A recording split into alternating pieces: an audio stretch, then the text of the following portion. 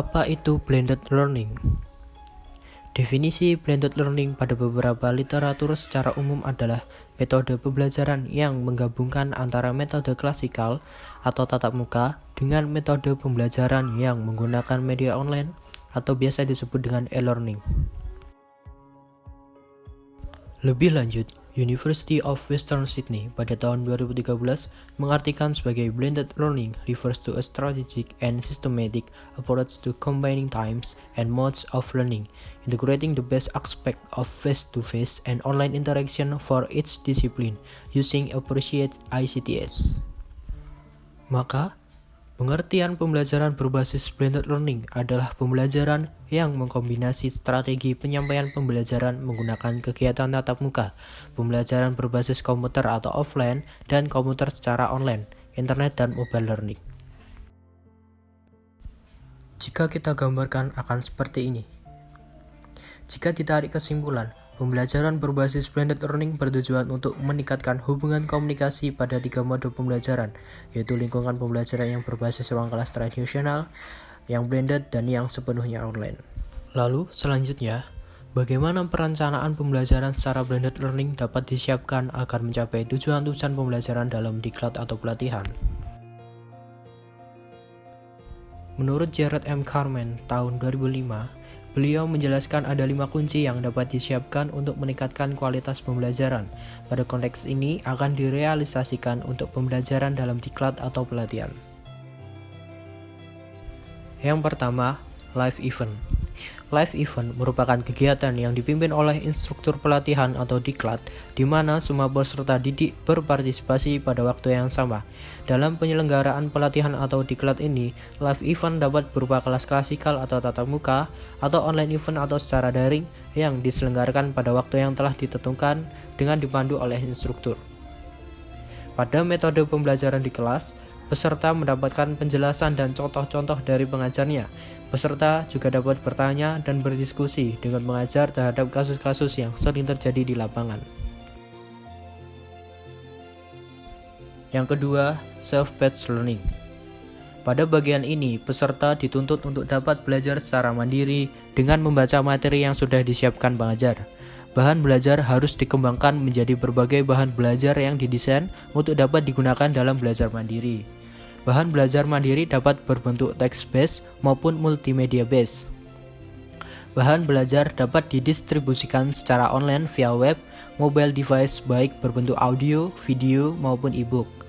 Di samping distribusi secara online, juga bahan belajar dapat didistribusikan secara offline dalam bentuk CD, media cetak, dan lain-lain. Sebagai contoh kelas blended learning, setiap hari selama masa program belajar mandiri, setiap peserta harus membaca materi dan mengumpulkan tugas-tugas yang disediakan di dalam e-learning. E-learning atau electronic learning adalah metode pembelajaran dan pelatihan karyawan dengan memanfaatkan teknologi internet. Dengan kata lain, metode ini merupakan program peningkatan pengetahuan dan keterampilan karyawan yang dilakukan dalam jaringan atau daring. Beberapa software yang dapat digunakan sebagai e-learning seperti Moodle, Google Classroom, Edmodo, dan lain sebagainya. Yang ketiga, collaboration. Kekuatan dari live event atau belajar mandiri akan saling menambah ketika dua metode itu dikolaborasi. Blended learning harus didesain dengan memperhatikan kolaborasi antar peserta dan instruktur, serta peserta dengan peserta yang berasal dari tempat yang berbeda.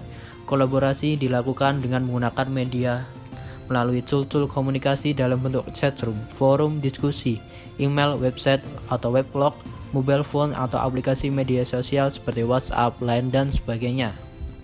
Proses kolaborasi diharapkan dapat meningkatkan interaksi sosial dari para peserta, termasuk para instruktur dalam rangka pendalaman materi, pemecahan masalah atau tugas-tugas. Dengan kolaborasi ini, diharapkan pengetahuan dan pemahaman peserta dapat meningkat karena dapat belajar dari berbagai sumber.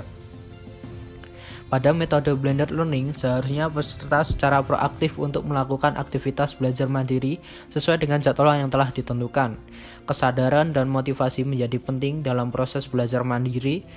Apabila peserta diklat mengikuti program belajar mandiri dengan optimal, maka mereka akan mencapai kompetensi yang diharapkan. Yang keempat, assessment. Dalam proses pembelajaran harus dilakukan pengukuran hasil belajar. Pengukuran hasil belajar bertujuan untuk mengukur tingkat pencapaian kompetensi peserta diklat. Dalam blended learning, pengukuran hasil belajar dapat dilakukan dengan kombinasi jenis pengukuran atau penilaian, baik yang bersifat tes maupun non-tes, atau tes yang bersifat otentik dalam bentuk proyek, produk, dan sebagainya.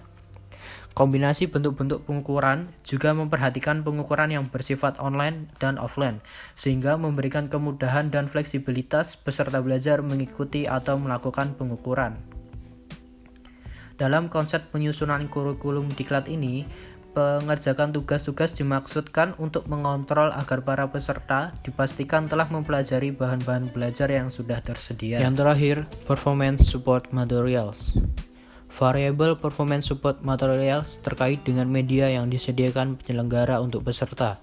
Media merupakan faktor penting dalam proses pembelajaran terutama pada tahap belajar mandiri.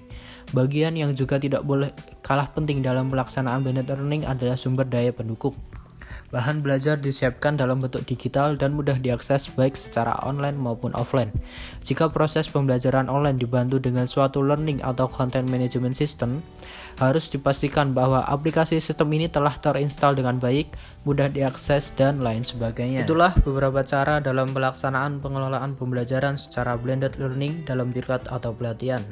Dari kelima variabel yang telah disinggung, semua memiliki sifat saling terkait antara satu dengan yang lainnya. Kelima variabel tadi yaitu live event, self-paced learning, collaboration, assessment, dan performance support materials. Cukup sekian video pembahasan dari saya. Ada kurangnya dalam video ini mohon dimaafkan. Sampai jumpa di lain kesempatan dan sukses selalu.